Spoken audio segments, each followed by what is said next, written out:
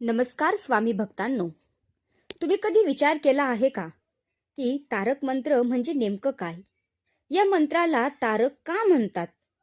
हा मंत्र फक्त शब्दांचा समूह आहे की त्यामध्ये गूढ आध्यात्मिक शक्ती दडलेली आहे? आजच्या या व्हिडिओमध्ये आपण तारक मंत्राचा अर्थ, त्याचे महत्त्व आणि श्रद्धेने जप केल्याने काय लाभ होऊ शकतात हे शांतपणे जाणून घेऊया.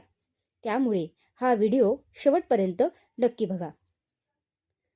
तारक मंत्राचा विशेषतः श्री स्वामी समर्थ तारक मंत्र मुख्य उद्देश आणि अर्थ म्हणजे तारणारा. हा मंत्र जीवनातील संकटे दूर करतो, मन शांत करतो आणि नकारात्मकता नष्ट करून आत्मविश्वास वाढवतो. तारक म्हणजे संकटातून पार नेणारा. हा मंत्र भक्तांना निर्भय बनवतो. यात अशक्य ही शक्य करतील स्वामी अशी ठाम श्रद्धा आहे. याचे महत्त्व जाणून घेऊया. हा मंत्र मनातील भीती व शंका नष्ट करतो.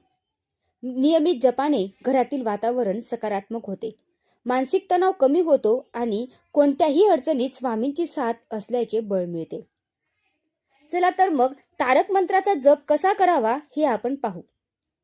सगळ्यात आधी सकाळी लवकर उठून स्नान केल्यानंतर स्वच्छ जागेवर बसावे.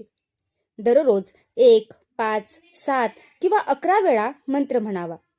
जर तुम्ही एखादी समस्या सोडवण्यासाठी जप करत असाल तर रोज 108 वेळा जप करणे उत्तम मानले जाते. पाण्याची उपासना कशी करावी हे आपण जाणून घेऊया. मंत्राचा जप करताना समोर पाण्याने भरलेला पेला म्हणजेच तांब्या ठेवावा. मंत्र पूर्ण झाल्यावर ते पाणी तीर्थ म्हणून स्वतः आणि कुटुंबातील सदस्यांनी प्यावे. जप करण्यासाठी 108 मण्यांची तुळशीची किंवा स्फटिकाची माळ वापरू शकतात. तारक म्हणजे तारणारा आणि मंत्र आपल्याला कोणत्याही संकटांमधून वाचवू शकतो. म्हणूनच या मंत्राला स्वामी समर्थ तारक मंत्र म्हणतात. कारण स्वामी असे आहेत जे भक्तांच्या हाकेला सदैव धावून जातात, संकटकाळी पाठीशी उभे राहतात. त्यामुळे या मंत्रात स्वामींची महिमा सांगितलेली आहे. तुम्ही जर स्वामींची भक्ती करत असाल तर काय करायला हवे हे सुद्धा या मंत्रात सांगितले आहे. पाहूयात मग या तारक मंत्राचा अर्थ. निशंक होई निर्भय हो मनारे, प्रचंड स्वामी बळपाठीशी रे.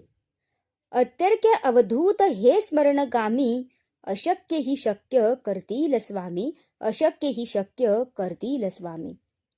तारक मंत्राच्या पहिल्या ओळीमध्ये निशंक हो निर्भय हो मनारे असे म्हटले आहे. याचा अर्थ स्वामींची भक्ती करताना तुम्हाला मनात कोणतीही शंका न ठेवता अगदी मनातील भीती दूर करून त्यांना समर्पित व्हायचे आहे. आणि अशक्य ही शक्य करतील स्वामी हे वाक्य मनात इतका विश्वास निर्माण करणारे आहे की भक्ताने स्वामींची सेवा करताना इतके ध्यानात ठेवले पाहिजे की आपल्या स्वामींसाठी कोणतीही गोष्ट अशक्य नाही. तुमच्या सर्व चांगल्या इच्छा स्वामी पूर्ण करू शकतात. जिथे स्वामी पाय तिथे न्यूनकाय, स्वये भक्त प्रारब्ध घडवी ही माय. आज्ञे विना ना काळना नेई त्याला, परलोकी ही ना भीती तयाला. तारक मंत्राच्या दुसऱ्या कडव्यात सांगितले आहे की स्वामी जर तुमच्या पाठी आहेत, त्यांची साथ तुम्हाला आहे, तर घाबरण्याची काहीच गरज नाही. स्वामी सोबत असताना यमाला देखील पाठ फिरवावी लागते हे त्यांची ताकद आहे. स्वामींच्या आज्ञेविना काळ देखील तुम्हाला काही करू शकत नाही. आणि केवळ भूतलावरच नाही तर परलोकी देखील स्वामी तुमची साथ सोडणार नाही. उगाची भीतोसी भय हे पळू दे, जवळी उभी स्वामी शक्ती कळू दे. जगी जन्म मृत्यू असे खेळ ज्यांचा, नको घाबरू तू असे बाळ त्यांचा. तिसऱ्या कडव्यात सांगितले आहे की अरे तू घाबरतोस कशाला, तुझ्याजवळ तर स्वामी शक्ती आहे. जन्म मृत्यू ज्यांच्या अधीन आहेत ते ब्रह्मांड नायक स्वामी तुझे आहेत. तू त्यांचा प्रिय भक्त आहेस, त्यामुळे तुला घाबरण्याची काहीच गरज नाही. स्वामींची आपल्या भक्तांप्रती असलेली माया यातून दिसून येते. खरा होई जागा श्रद्धेसहित, कसा होशी त्यावीन तू स्वामी भक्त. किती दादीला बोल त्यांनीच हात, नको डगमगू स्वामी देतील साथ, स्वामी देतील साथ.